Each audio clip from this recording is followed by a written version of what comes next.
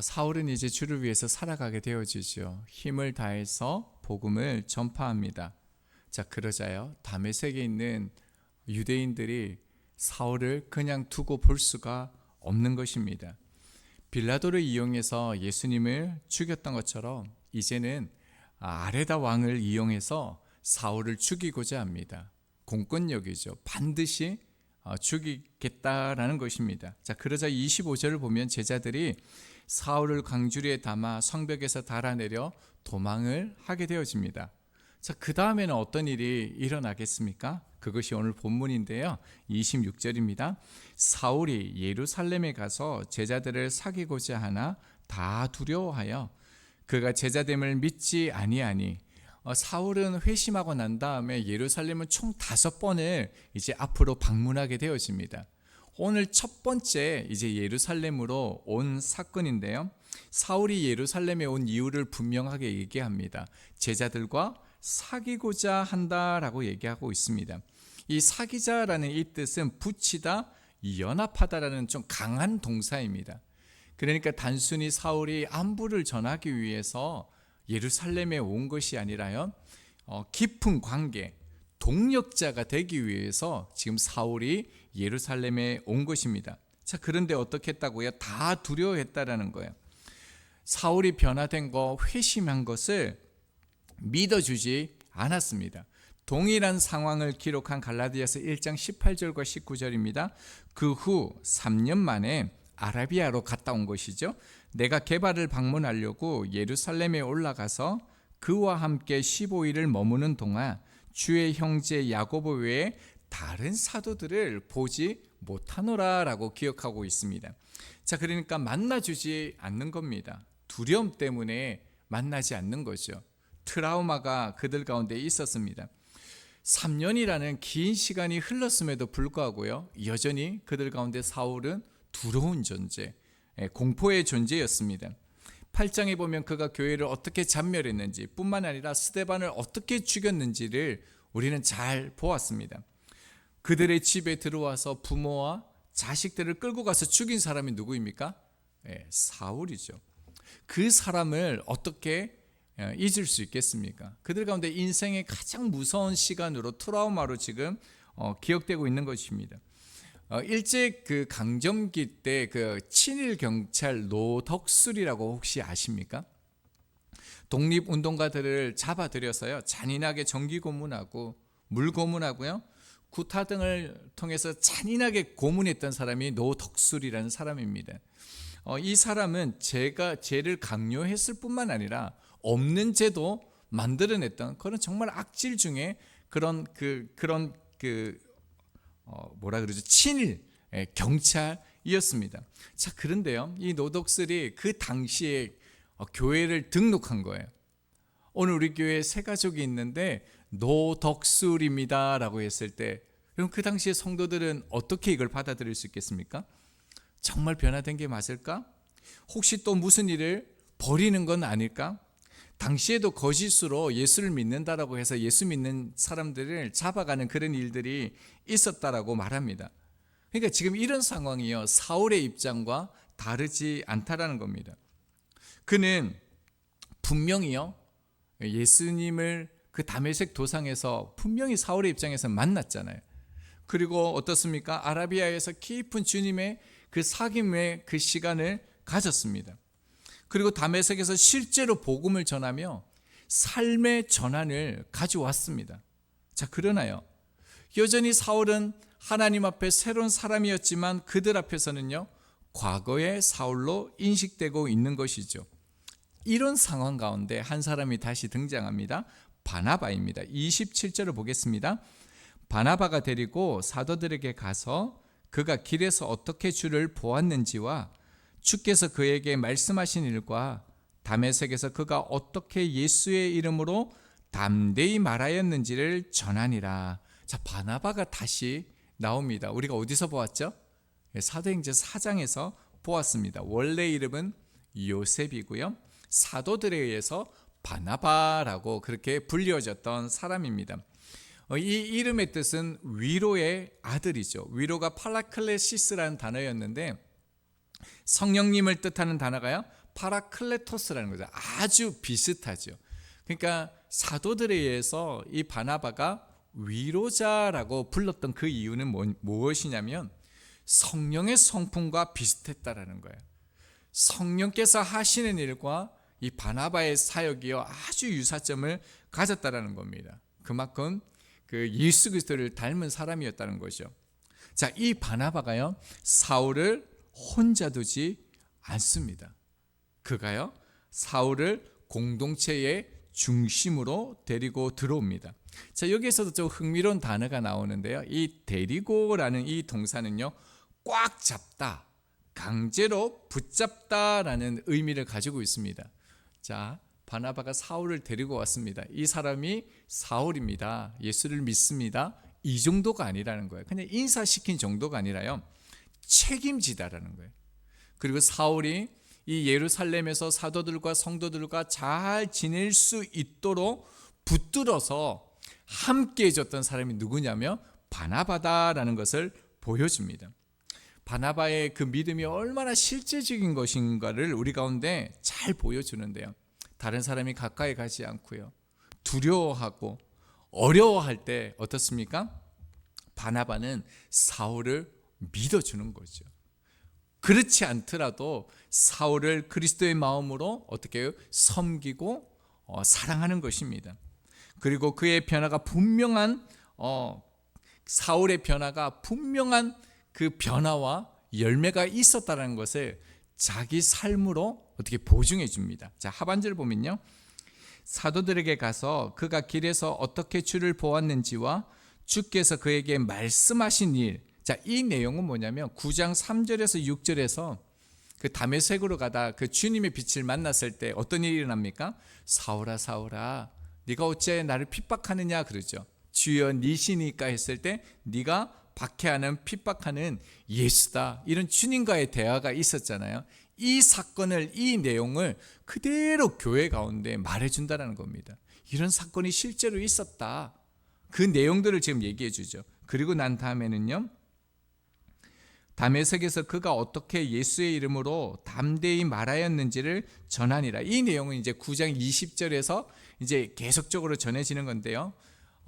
사울이 예수님은 하나님의 아들이다, 예수는 그리스도다, 이 복음을 전파했다, 설교했다, 그 사람이 이 사울이다라고 지금 바나바가 소개하는 겁니다.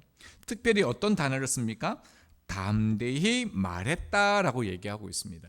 29절에도요 담대히 말했다, 반복해서 사울이 어떻게 하나님을 전파했는지에 대해서 말씀하고 있는데요. 이 담대히라는 것은 두려움 없이 공개적으로 이렇게 진리를 선포하는 그 상태를 말합니다. 그러니까 이 담대함이라는 것은 자신 스스로의 어떤 강함이나 당당함, 자신감, 이런 것을 말하는 단어가 아닙니다. 하나님만 두려워하는 것, 경외하는 것, 이 담대함이죠. 사울이 주님을 만나고 난 후에 이 담대함을 가지고 사람을 두려워하지 아니하고 오직 하나님만 두려워하면서 복음을 전파했던 사람이 이 사울이다라고 말하고 있습니다. 그리고 마지막 절을 보면요, 전하니라 라고 되어져 있죠. 자세히 설명하다, 충분히 설명했다는 거예요. 그러니까 바나바가 얼마나 열심을 다해서, 정말 마음을 다해서 사울을 변론하고 도와주고 함께 했는지를 알 수가 있습니다. 회심, 소명, 열매, 그 모든 것들을 다 바나바가 증언해 준 것이죠. 그래서 이제 앞으로 보면 이 사울이 그 교회에서 함께 복음을 전파하는 사람으로 설 수 있게 되어지는데요. 여러분 어떻습니까? 우리의 그 삶에도 이 바나바처럼 나를 이렇게 잘 알고 그걸 말해주는 사람이 있습니까? 근데 여기서 좀 궁금한 그 장면이 있습니다. 바나바가요, 어떻게 사울에 대해서 그렇게 자세히 알고 있었을까요? 사울이 다메섹에서 있었던 그 사건, 그리고 그 모든 일들을 어떻게 그렇게 자세하게 알고 있었을까요? 그리고 그 두 사람의 관계는 언제부터 이렇게 친밀했을까요? 어떻게 사울을 데리고 올 수 있었을까요? 성경은 여기에 대해서 아무런 설명을 해주지 않습니다. 그러면 우리는 어떻게 봐야 될까요? 성경은 성경으로 풀어야 한다라는 말이 있습니다. 성경을 보면 우리에게 이런 상황들을 통해서 분명하게 보여주는 흐름이 있습니다. 자, 본문을 자칫 보면 우리는 인물에 집중할 수가 있습니다. 바나바가 이렇게 참 아름다운 사람이었구나, 정말 근사한 사람이었구나 라고 우리가 시선을 들 수 있는데요, 사실은요, 성경이 궁극적으로 보여주는 것은 바나바가 아니라 하나님께서 하나님의 사람을 어떤 마음으로 돌보시는가, 인도하시는가를 바나바라 하는 사람을 통해서 우리 가운데 드러내고 있는 것입니다. 여러분, 지금 분명히 사울은 하나님과 함께하는 것이 맞습니다. 하나님이 그의 인생 가운데 함께하고 있죠. 그런데 사울의 현실은 어떻습니까? 혼란과 충격이 가득합니다. 예수님을 만난 순간 그의 인생이 다 뒤집어졌죠. 모든 자기가 붙들고 살아왔던 그 가치와 신념이 한순간에 다 무너졌습니다. 그리고 이제는 예수를 위해서 살아가지만 어떻습니까? 주변에는 위험뿐입니다. 나를 죽이려 하는 사람들, 심지어 예수를 믿는 사람들조차 나를 거부하고 받아들이지 못합니다. 그래서 30절 이하를 보면요, 결국 그는 생명의 위협을 피해서 자기 고향 다소로 내려가게 되어집니다. 그럼 지금 상황만 보면요, 사울은 분명히 홀로 된 것처럼 같고 하나님의 인도하심을 받지 않는 것처럼 보입니다. 자, 그러나요, 우리는 너무 잘 알고 있습니다. 이제 곧 사울은 바울이 됩니다. 곧 주님의 택한 그릇으로 복음을 위해서 귀하게 쓰임을 받는 인생이 됩니다. 그러나 본문만 보면요, 전혀 그렇게 보이지 않습니다. 하지만 그의 인생 가운데 하나님께서 여전히 그를 인도하시고 일하시고 계시다라는 증거가 무엇입니까? 다메섹에 아나니아를 보냈죠. 그리고요, 어떻습니까? 제자들을 통해서 사울의 생명을 지키게 하셨습니다. 그리고 이제는요, 바나바를 통해서 어떻게 해요? 예루살렘에 출입하며 그들과 함께 할 수 있도록 하나님께서 인도해 주셨습니다. 여러분, 이 말씀은 똑같이 우리의 삶에도 하나님께서 그렇게 인도하신다는 겁니다. 하나님의 사람들을 그렇게 돌보신다는 것입니다. 우리에게도 아무도 없는 것 같은, 홀로 살아가는 것 같은, 때로는 오해당하고 배척당하는 그런 삶이 우리 가운데 왜 없겠습니까? 사울과 같은 인생이 우리 가운데 왜 없겠습니까? 근데 그때 성경은 뭐라고 말합니까? 실망하지 말라는 겁니다. 포기하지 말라는 것입니다. 내가 원하지 않는 일들이 내 앞에 펼쳐질지라도요, 그것은 나의 최종 목적지가 아닌 것이죠. 경유지입니다. 지나가는 길입니다. 반드시 지나가는 것이죠.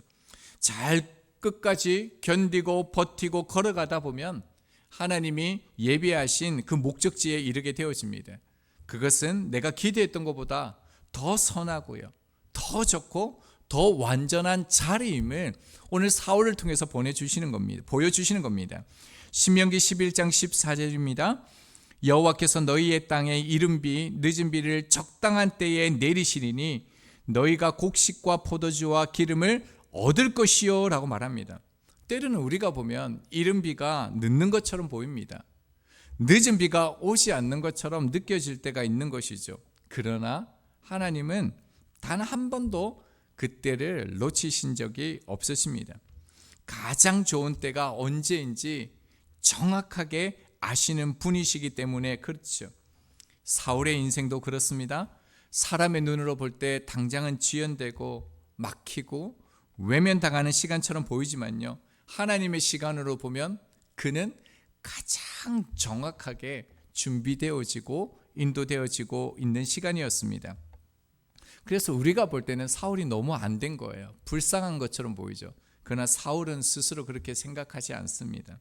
그러면 28절 이후로 보면요, 사울이 예루살렘에서 자기를 다 거부했을 때 뭐 했을 것 같습니까? 숨었을까요? 어떻게 했을까요? 피했을까요? 그렇지 않습니다. 더 더 열심히 복음을 전했다는 것을 알 수 있습니다. 더 열심히 하나님을 위해서 살아갔다는 것을 알 수가 있습니다. 사울은 스스로 이 상황이, 이 환경이 나의 종착역이 아니다. 다메섹이 끝이 아니다.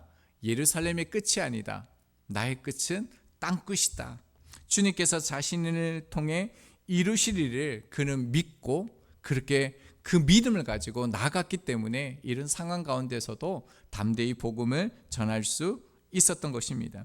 하나님은 지금도 우리 각자의 삶에요 이른 비와 늦은 비를 가장 좋은 때에 내리십니다. 그러므로요 우리는 조급해하지 말고요, 비교하지도 말고요, 낙심하지도 말고요, 하나님께서 우리를 인도하시는, 그리고 예비하신 곳에 아직 도착하지 않았을 뿐 어떻습니까? 길을 잃은 것은 아닙니다. 오늘 우리의 삶요 하나님께서 인도하실 그 목적지, 그 마지막 그 시간을 우리가 바라보면서 오늘도 우리에게 주어진 모든 상황이 은혜의 과정임을 믿고 믿는 자답게 말하고 행동하며 살아가는 저희들이 되기를 소망합니다.